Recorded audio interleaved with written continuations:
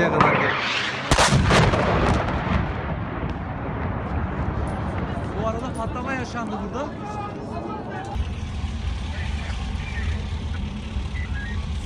Buraya kadar 100 yıllık efsaneyle kazandığımız bu toprağa 4 tane çapulcuya da kusura bakmasın hiç kimse vermez. Biz bugün polisimizin de yanındayız, askerimizin de yanındayız, devletimizin de yanındayız. Gerek milletvekili, gerek sağ sol hiçbir parti gözetmeksizin biz bu vatan için bu meydanlardayız.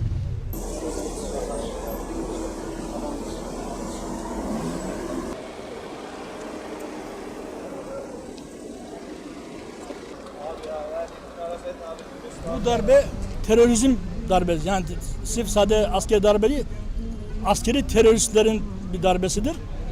Türkiye bu darbelerden inşallah kurtulacak. Kurtulmaya da mecburdur.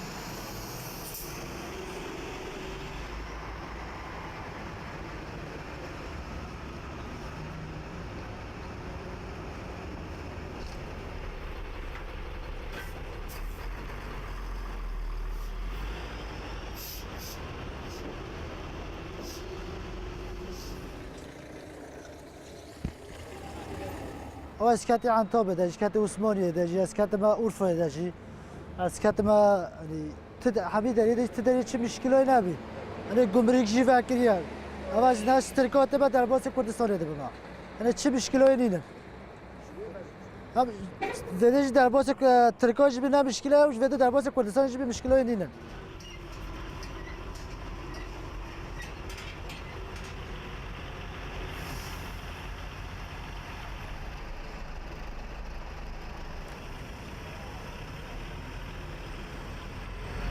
من خلق کوکم لإستانبول وهاتوما لره هیچ نبو بس دو نشه و لإستانبول توزی مشکلی کبو و دزام حلیان کردو لره هیچ نیه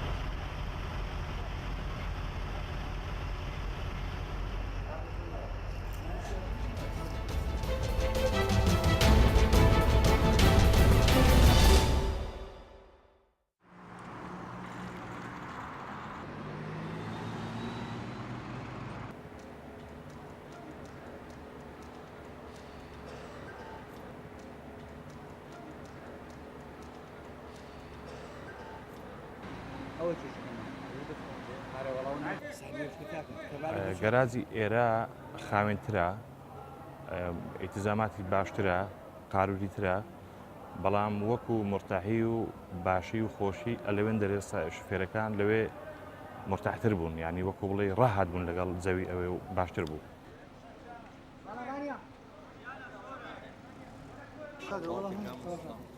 هاتو بدقيق جولة ده والله يمل بيني نحن ما نتشي هي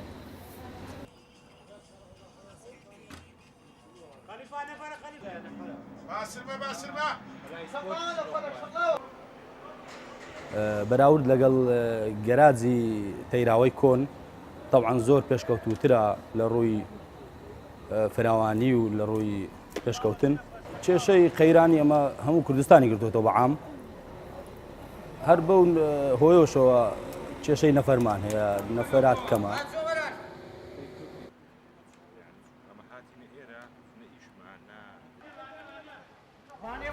ئێرە